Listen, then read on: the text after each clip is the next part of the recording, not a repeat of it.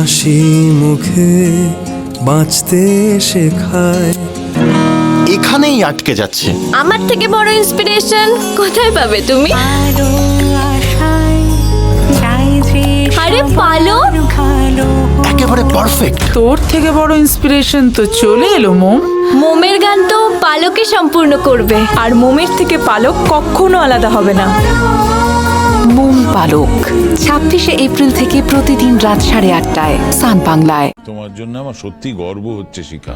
আমি শুধু একটা কথা ওনাকে বলতে চাই, দেখুন, কারো বাড়িতে কাজ করলে মানুষ কখনো ছোট হয়ে যায় না। আমি নিজেও এই শহরে লোকের বাড়িতে কাজ করে পেট চালিয়েছি।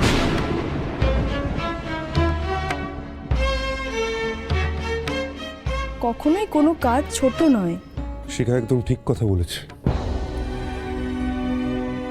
তোমার আমার বাড়ির কাজ কেউ করে দেয় বলেই আমরা নিশ্চিন্তে অফিসে এসে কাজটা করতে পারি। তাই কাজের মেয়ে, কাজের লোক বলে কাউকে ছোট করো না।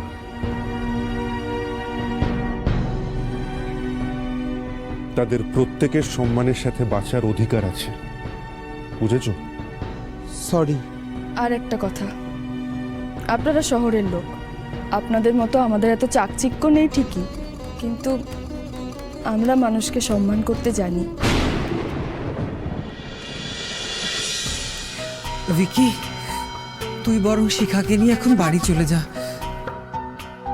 এখানে থাকলে আবার জানি না কে কখন ওকে অপমান করে ফেলবে।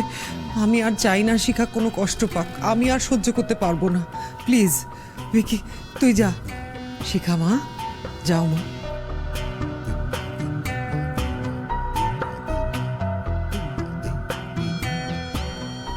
ম্যাডাম, আপনার কথা মতো তো সব করেছি, কিন্তু বিক্রম স্যার তো আমার উপর খুব রেগে আছেন। এবার আমার কি হবে? তোমার যা হওয়ার তাই হবে, প্রমোশন হবে।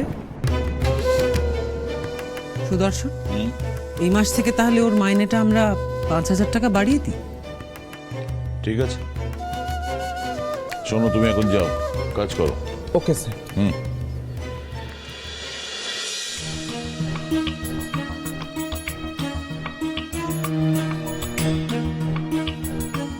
সত্যি রেখা, মাঝে মধ্যে এমন অদ্ভুত বুদ্ধি আসে না তোমার মাথায়? হ্যাঁ, এদিকে সাপও মরলো, লাঠিও ভাঙলো না। সাপ আর মূল্য কই? আমি তো ভেবেছিলাম শিখাকে এমন অপমান করাবো আর এমন কষ্ট দেব, কিন্তু দেখো, মহান হয়ে এখান থেকে বেরিয়ে চলে গেল।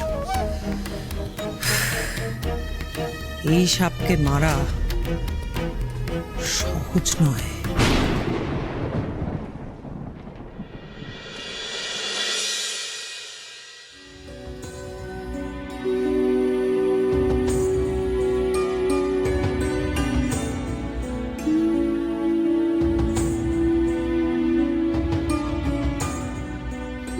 তুমি বাড়ির কাজের মেয়ে হয়ে বিনা অ্যাপয়েন্টমেন্টে স্যারের সঙ্গে দেখা করতে চাইছো?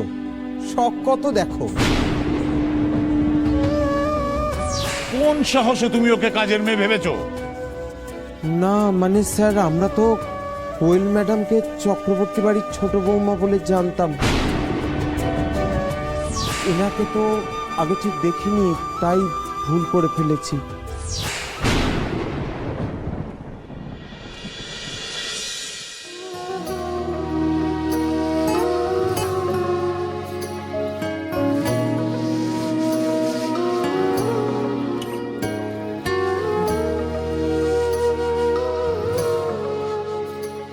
এখন অফিসের কথা ভাবছো?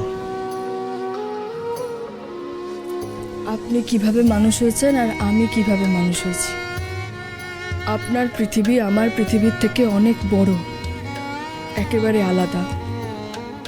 আমি যতই লেখাপড়া করি ভিকি বাবু, আপনাদের সমাজে আমাকে আদিবাসী মেয়ে হয়েই থাকতে হবে। কি বলছো তুমি শিখা? আমি ঠিকই বলছি ভিকি বাবু। আপনি আমাকে যতই ভালোবাসুন, আমি আপনাকে যতই ভালোবাসি, আমাদের মধ্যে একটা পার্থক্য থেকেই যাবে। এই সমাজ সেটা কোনোদিনও ভুলতে দেবে না।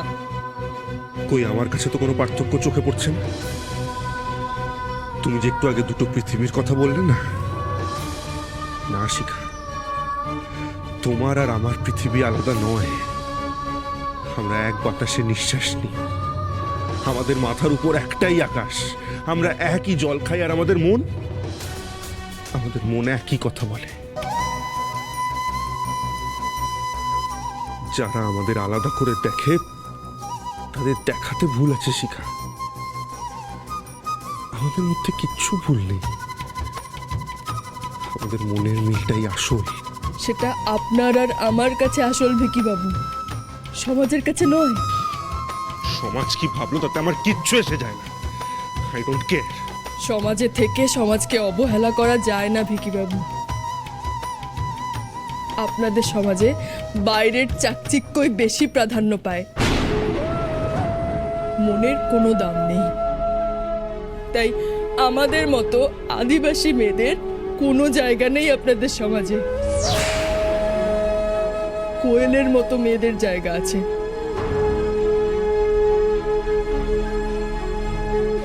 কিন্তু আমার মনে যে শুধু তোমার জন্যই জায়গা আছে শিখা। তাহলে আপনি আপনার অফিসে জানিয়ে রাখেননি কেন যে আপনি একজন আদিবাসী মেয়েকে বিয়ে করেছেন? তাহলে তো আজকের ঘটনাটাই ঘটতো না ভিকি বাবু। আপনি জোর করে আমাকে নিজের পাশে জায়গা করে দিচ্ছেন ভিকি বাবু, কিন্তু আর কেউ সেটা মানছে না, কেউ না, কেউ মানছে না, সেটা কেউ মানছে না, কেউ না।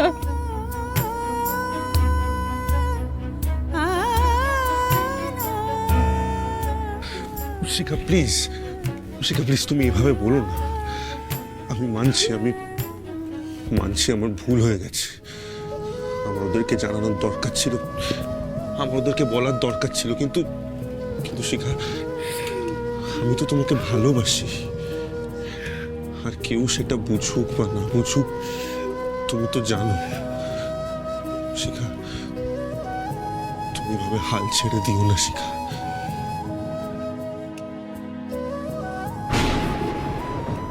পুরা শরীর জ্বলছে যখন দশভুজার দেখা, অন্যায়কে এত সহজে আমি হাল ছেড়ে দেব না ভিকি বাবু। একদিন আসবে যেদিন সবাই বুঝবে যে এই সমাজে আদিবাসী মেয়েরাও আর 5টা মেয়ের মতনই হয়, তারাও স্বপ্ন দেখে। আমি আমার স্বপ্ন পূরণ করে জীবনে বড় কিছু হয়ে দেখিয়ে দেব। আমি বুঝিয়ে দেব যে আমি আদিবাসী মেয়ে বলে ফেলনা নই। এই সমাজে, এই আধুনিক সমাজে আমি অযোগ্য নই।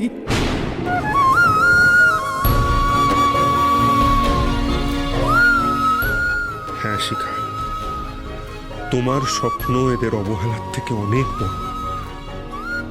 তোমাকে তোমার স্বপ্ন পূরণ করতেই হবে শিখা। আমি তোমার পাশে আছি, আর সারা জীবন থাকব। তোমাকে এই সমাজের দৃষ্টিভঙ্গি বদলাতে হবে।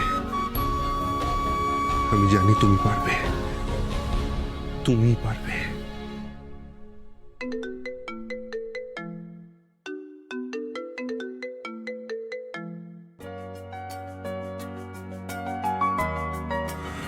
হ্যাঁ বলুন।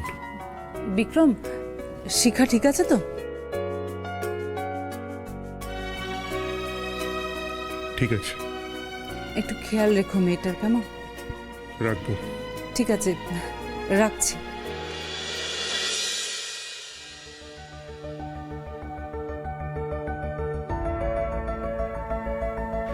রাত যতই অন্ধকার হোক না কেন শিখা, সূর্যের প্রথম আলো সব অন্ধকার দূর করে দেয়। এই সমাজের সব অন্ধকার দূর করার জন্য তোমাকে সূর্য হয়ে উঠতে হবে শিখা। আমি জানি তুমি পারবে, তোমাকে পারতেই হবে।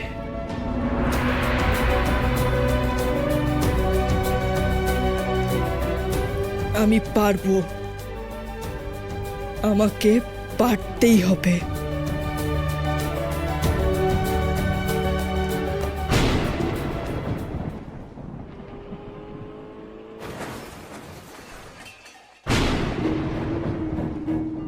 রিকি অফিস যাচ্ছে, বাবার সাথে মিলে কোম্পানিটাকে বড় করে তুলবে।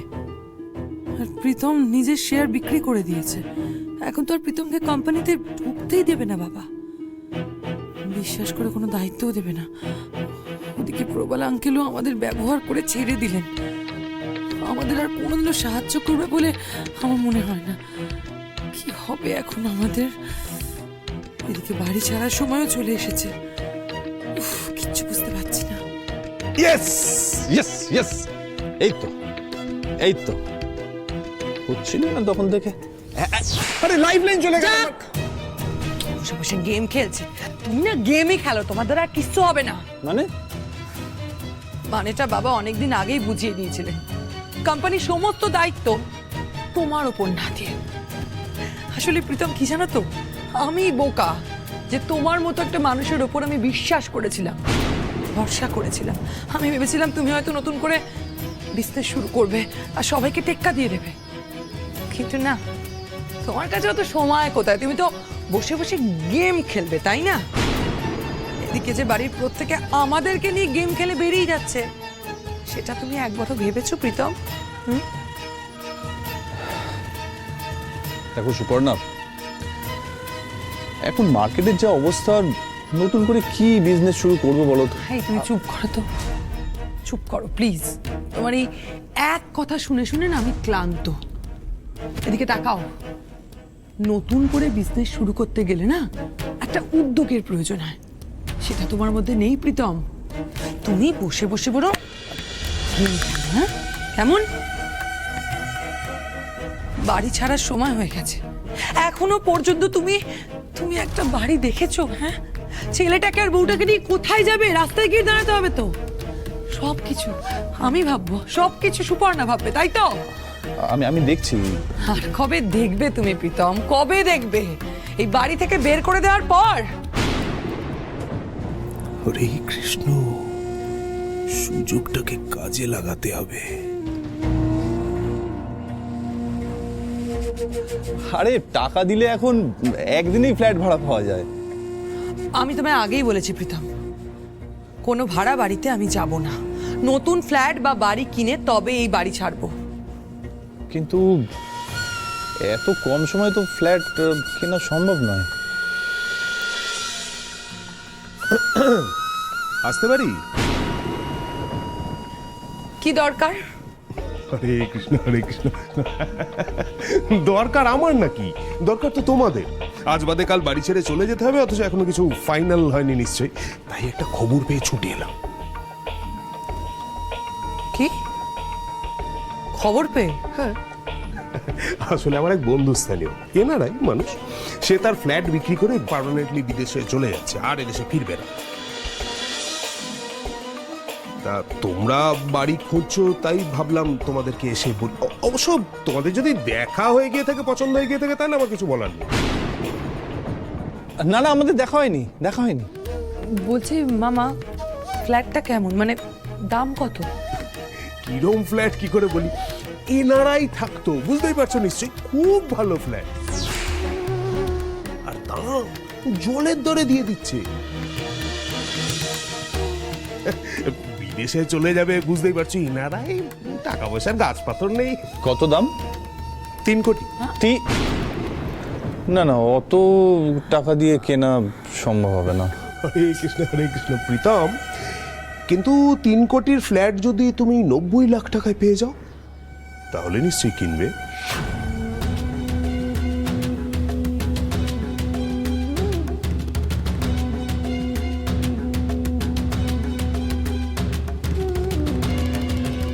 আসলে ওদের তাড়া আছে, বুঝলে তো, সেই জন্যই 3 কোটির ফ্ল্যাট 90 লাখে দিয়ে দিচ্ছে। জলের দর, বুঝতেই পারছো। সত্যি? হরে কৃষ্ণ হরে কৃষ্ণ। আরে বাবা, তোমাদেরকে মিথ্যে বলে আমার কি লাভ? আমি তো আর এসবের দালাল নই, হ্যাঁ, যে ফ্ল্যাটটা গছানোর জন্য বুজুং বাজুং দিয়ে কিছু একটা করে বুঝিয়ে দেবো। আরে বাবা, পাচ্ছ যখন 3 কোটির ফ্ল্যাট 90 লাখে নিয়ে নাও। আজ বাদে কাল যদি ভালো খদ্দের পাও, তখন 3 কোটিতে আবার বেচে দেবে, তাহলে লাভই লাভ। আর সেই সময় যদি মনে হয় এই মামাটার কথা, ভালোবেসে কিছু দিয়ে দিও। হরে কৃষ্ণ হরে কৃষ্ণ। আমার কাছে যদি 90 লাখ টাকা থাকতো না, আমি আজই এই ফ্ল্যাট নিয়ে নিতাম। এ সুযোগ হাতছাড়া করা কিন্তু ঠিক হবে না। আচ্ছা আমাদের এক্ষুনি ফ্ল্যাটটা দেখাতে পারবেন? হরে কৃষ্ণ হরে কৃষ্ণ। দাদা দাদা দাদা, আমি মালিকের নাম্বার দিয়ে দিচ্ছি তোমাদেরকে। এসবের মধ্যে বাবা আমি থাকবো না, টাকা পয়সার বিষয় তো, এসবের মধ্যে থাকাটা খুব রিস্কি। পাঠিয়ে দিচ্ছি, দেখো দেখো দেখো পেয়েছো। হ্যাঁ এই তো কথা বলো, কথা বলো। ফোন করি। হ্যাঁ কথা বলো। হরে কৃষ্ণ হরে কৃষ্ণ। হ্যালো, হ্যালো, কে বলছেন? আমি প্রীতম চক্রবর্তী বলছি। শুনলাম আপনি আপনার ফ্ল্যাটটা বিক্রি করতে চাইছেন। হ্যাঁ, তবে সত্যি যদি কেনার ইচ্ছে থাকে তাহলেই আসুন, নইলে বিরক্ত করবেন না। না না, আমি আমার এখন সময়ের বড্ড অভাব, তাছাড়া অনেকেই কথা বলে গেছে। হ্যাঁ আমি তুমি চুপ করে কি শুনছো? আমাকে দাও, আমি কথা বলি। হ্যালো, হ্যাঁ আমি ওনার ওয়াইফ বলছি যে আমরা দুজনে কি এখন একবার গিয়ে ফ্ল্যাটটা দেখে আসতে পারি? চলে আসুন, তবে পছন্দ হলে 70% ক্যাশ দিতে হবে। পারলে আসুন, নইলে না। না না না না না, আমরা এক্ষুনি যাচ্ছি, আমরা ক্যাশেই দেবো। হ্যাঁ হ্যাঁ, তাহলে আমি ঠিকানাটা মেসেজ করছি, তাড়াতাড়ি চলে আসুন। আচ্ছা আচ্ছা ঠিক আছে, যাচ্ছি। হ্যাঁ চলো চলো চলো। Thank you very much. Thanks তো তোমাদেরকে আমার দেওয়া উচিত। দেব, পরে দেব। যাকে এবার ভালোই ভালোই তোমাদের সবকিছু মিটে গেলেই ভালো। হ্যাঁ, আমি আসি আসি। ভালো থেকো, ভালো থেকো। এই সুযোগ একদম হাতছাড়া করো না কিন্তু। চলো টাকা পয়সা নিয়ে বেরোবো, চলো চলো চলো।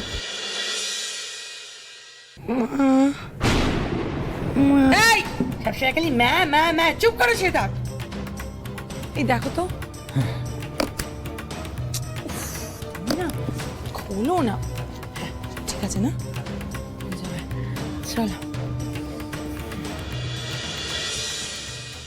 সুপর্ণা, হ্যাঁ সোনায় জ্বরটা বোধহয় বাড়লো। যদি আজকের দিনটা আমরা আধ ঘন্টার মধ্যে ফিরে আসবো প্রীতম, এত চিন্তা করো না, কিচ্ছু হবে না।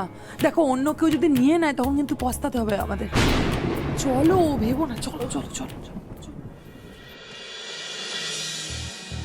জেম্মা জেম্মা জেম্মা জেম্মা জেম্মা।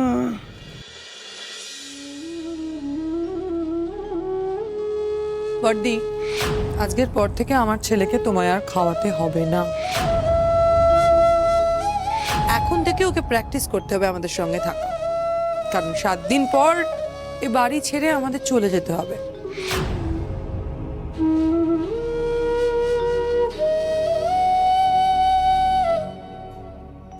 কি হয়েছে দিদি, তুমি কাঁদছো কেন?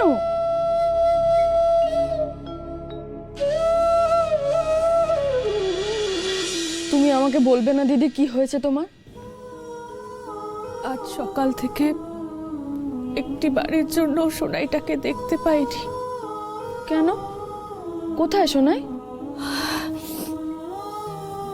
সুপর্ণার ঘরে। তুমি যাও দেখা করে এসো। সুপর্ণা আমাকে সোনাইয়ের দেখাশোনা করতে বারণ করেছে।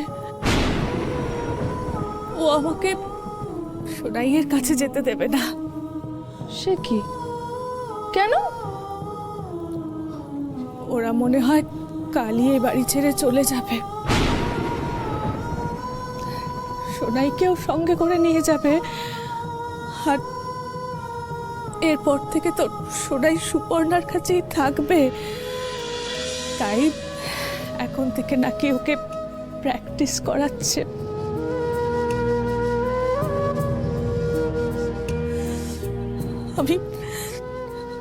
আমি জানি না শিখা, আমি সোনাইকে ছাড়া কিভাবে বাঁচবো। ওকে ছেড়ে থাকার কথা আমি ভাবতেও পারি না জানো। আমার সব কিছু তো ওকেই ঘিরে।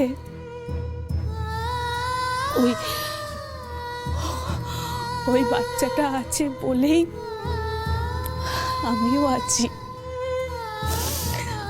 ওর কাছে গেলে আমার মনে হয় এই এত বড় পৃথিবীতে এখনো আমার একটুখানি হলেও প্রয়োজন আছে।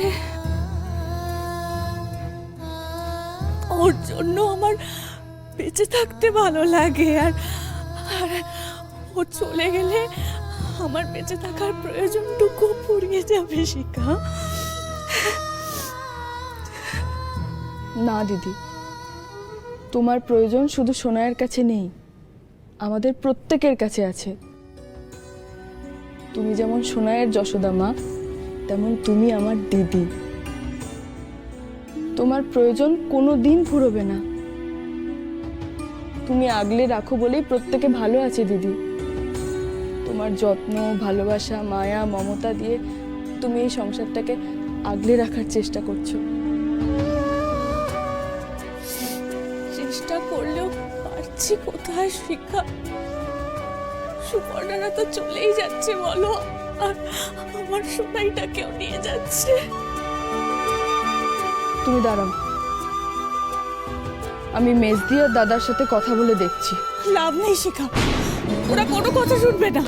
ওরা নিজেরাও যাবে আর আমার সোনাইকেও নিয়ে যাবে, আর তারপর ওকে হস্টেলে দিয়ে দেবে। তুমি জানো আমি ওদের কত করে বলেছিলাম সোনাইকে হস্টেলে না দিতে, আমার কাছে রেখে যেতে, কিন্তু ওরা আমার একটা কথাও শুনলো না। তাও আমি একবার কথা বলে দেখি। ওরা শুনবে না, তুমি চেও না শিখা, বিশ্বাস করো ওরা তোমার কথা শুনবে না। শেষ চেষ্টা একবার করে দেখি দিদি।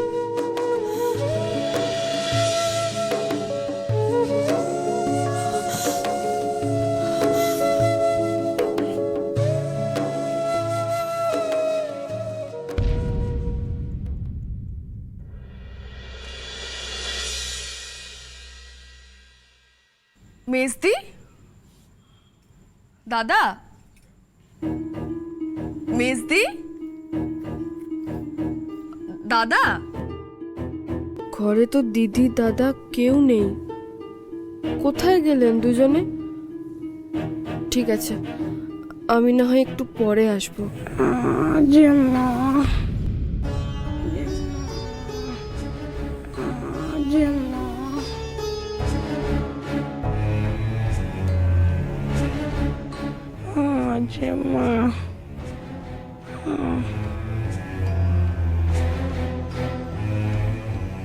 সোনা এরকম ছটপট করছে কেন? কি হয়েছে সোনায়ের? দেখি তো কি হয়েছে। কি হয়েছে সোনাই? তুমি জেম্মাকে ডাকছো কেন? কিছু বলবে? সোনা,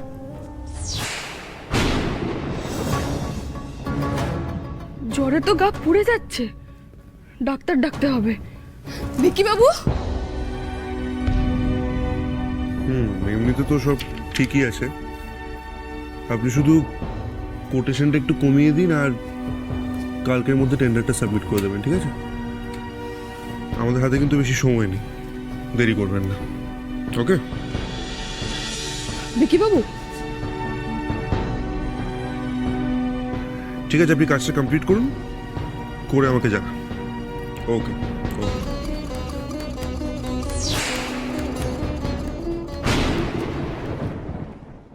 কি হলো শিখা, তোমাকে এরকম চিন্তিত লাগছে কেন? ভিকি বাবু, সোনার প্রচন্ড জ্বর। সে কি, একটু আগেও তো দৌড়ে বেড়াচ্ছিল, হঠাৎ জ্বর এলো কি করে? আমি জানি না, কিন্তু জ্বরে গা পুড়ে যাচ্ছে। এদিকে মেজো বৌদি দাদা কেউ বাড়িতে নেই, ছেলেটা একা খুব কষ্ট পাচ্ছে। ভিকি বাবু, বড় বৌদির থেকে জোর করে বাচ্চাটাকে কেড়ে নিয়ে এখন একা ফেলে রেখে চলে গেছে। এসব কথা এখন থাক না, আপনি আগে যান ডাক্তারবাবুকে ডেকে নিয়ে আসুন। হ্যাঁ, আমি এখনই যাচ্ছি, তুমি বড় বৌদিকে কি খবর দাও, বড় বৌদি ওর কাছে থাকলে ওর ভালো লাগবে।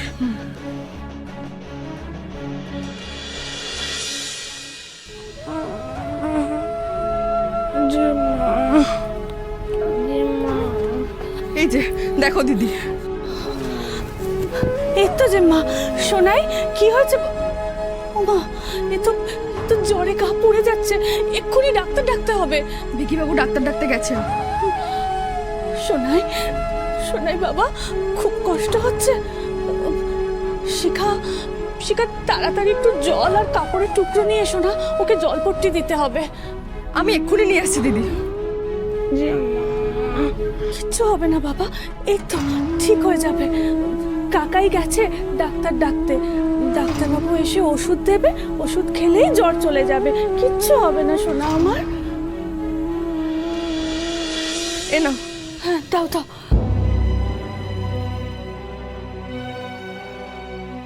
এই তো বাবা, এক্ষুনি কমে যাবে।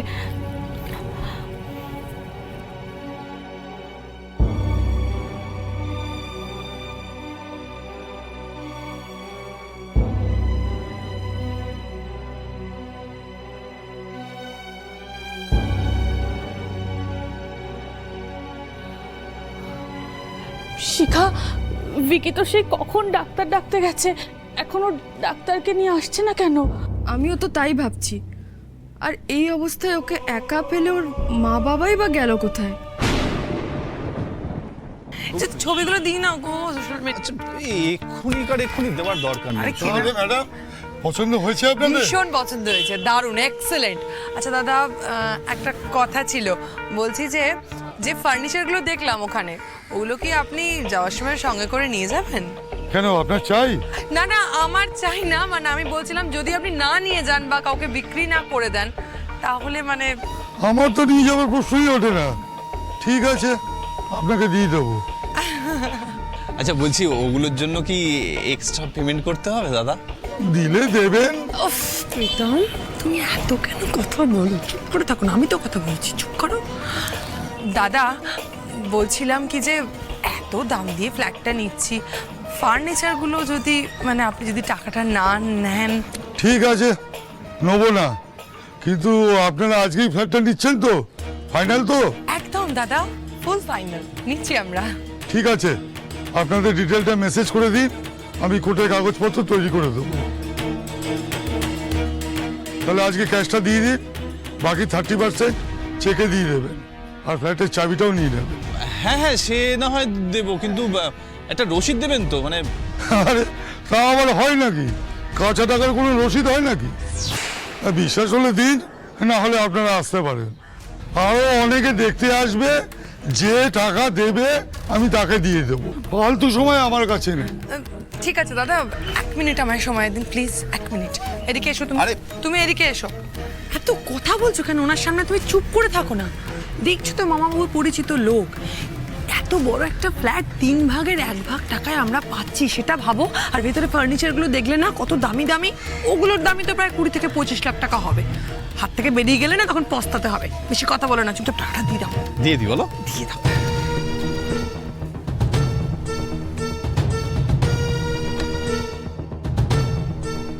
দাদা এ নিন, গুনে নিন, গুনে নিন।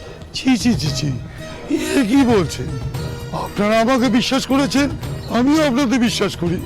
বেশ ঠিক আছে, তাহলে কালকে আমরা বাকি টাকা দিয়ে একবারে গৃহপ্রবেশ করে ঢুকে যাব, কেমন? খুব ভালো, একেবারে রেডি ফ্ল্যাট পেয়ে গেলে আপনারা এসে ঢুকে পড়লেই হলো। Thank you so much. আচ্ছা, এবার তাহলে আপনারা যান, কাল আবার দেখা হবে। Thank you so much. দেখলে তো, আমার কথা শুনলে না সবসময় লাভবানই হবে। ফ্ল্যাট কেনা হয়ে গেল, তাহলে এরপর যদি আমাদের ইচ্ছে হয় তাহলে এই 3 কোটি টাকার ফ্ল্যাটটা বেচে আমরা অন্য একটা ফ্ল্যাট নিয়ে নেবো। প্রীতম, ভাবতে পারছো 3-4 মাসে জাস্ট 2 কোটি টাকা প্রফিট, স্ট্রেট প্রফিট। তোমার বাবা মা কি বলে? আমি নাকি বিজনেস বুঝি না, কিছু জানে না ওনারা। কি বলবে বলো? চলো চলো চলো চলো চলো। দিদি, জ্বর কি কমলো? না শিখা, এখনো সে একই রকম গা গরম আছে। ভিকি বাবু কেন যে এখনো আসছে না? সেই তো, কি যে করছে ভিকি কিছুই বুঝতে পারছি না। ওকে এখনো ডাক্তার খুঁজে পেল না। কি হবে তাহলে? ইস, ছেলেটা কখন থেকে জ্বরে কষ্ট পাচ্ছে বলো তো। আচ্ছা দিদি, সবার বাড়িতেই তো জ্বরের ওষুধ থাকে, আমাদের বাড়িতে নেই? হ্যাঁ, আমার কাছেও ছিল, কিন্তু শেষ হয়ে গেছে। শিখা, তুমি এক কাজ করো না, এ ঘরেও নিশ্চয়ই ওষুধ থাকবে, তুমি একটু খুঁজে দেখো। আমি ফোনটাও ঘরে ফেলে এসেছি, আমি পিকিকে একটা ফোন করে দেখি ও কোথায় ডাক্তার পেলো কি না। হ্যাঁ আচ্ছা দিদি। সোনাই, সোনাই বাবা, আমি এক্ষুনি আসছি, কেমন? এক্ষুনি আসছি, তুমি একটু ওষুধটা দেখো। হ্যাঁ আমি দেখছি।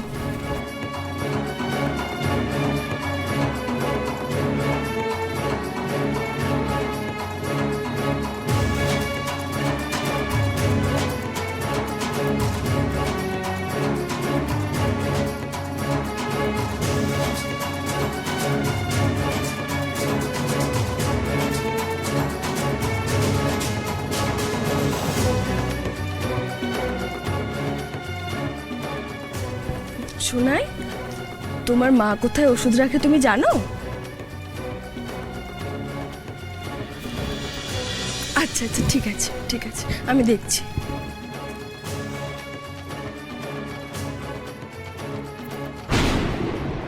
এভাবে মেজদির আলমারি খোলাটা ঠিক হবে?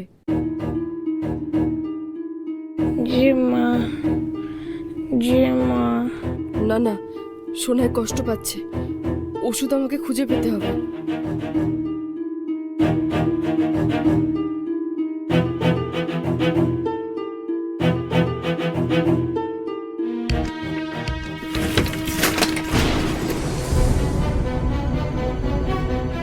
এত গয়না কেউ এভাবে রাখে?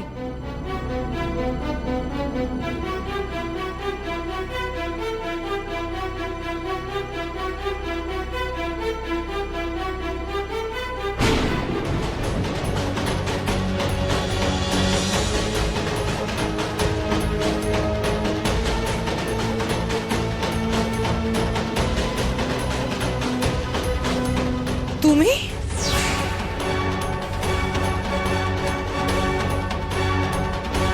তুমি আমার ঘরে গয়না চুরি করতে ঢুকেছো?